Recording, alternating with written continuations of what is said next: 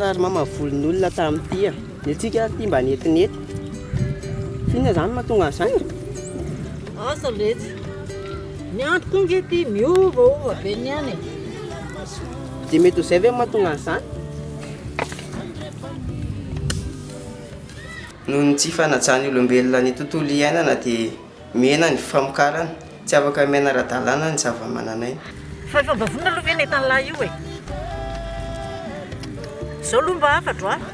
rehefa tonga any andrevoatrany ianao mba iandre tsara totoanao mantsy am zio masisika izay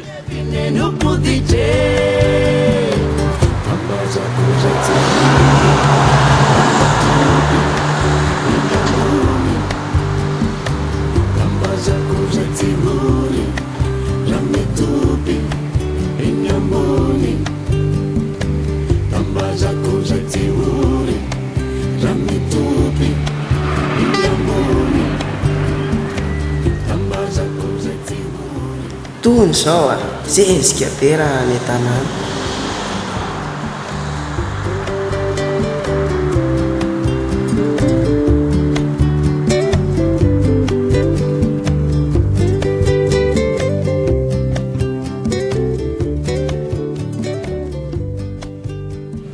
ataoko fa efa vita zay ny divoarinareo ankizy a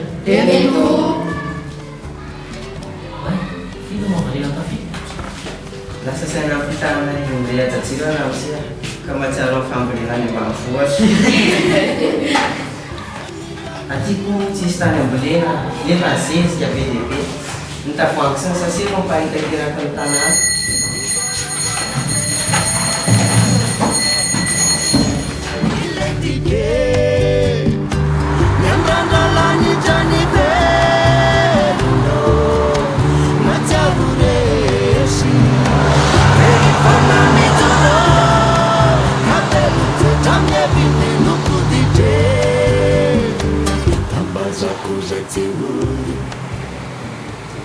olo ty tafita fa ino koa tanao eto amin'ny zavatra maloto be ratsy eto manangana reto raha amisia fampiasainao anaovan'inona ity tony nge mbola afaka ampiasainy mbola afaka amboleny tony fa raha afaka raha amisia dia mitongava le aminay raha-pitsy dia mahita anazy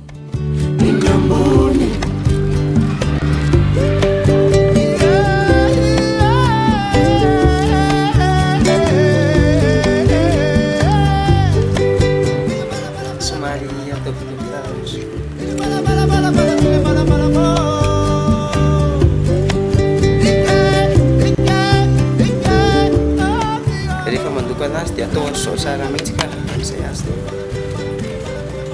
hay kay mahafinaritra be ohatr'izao kay ny zavatra ataonareo ato ry tafita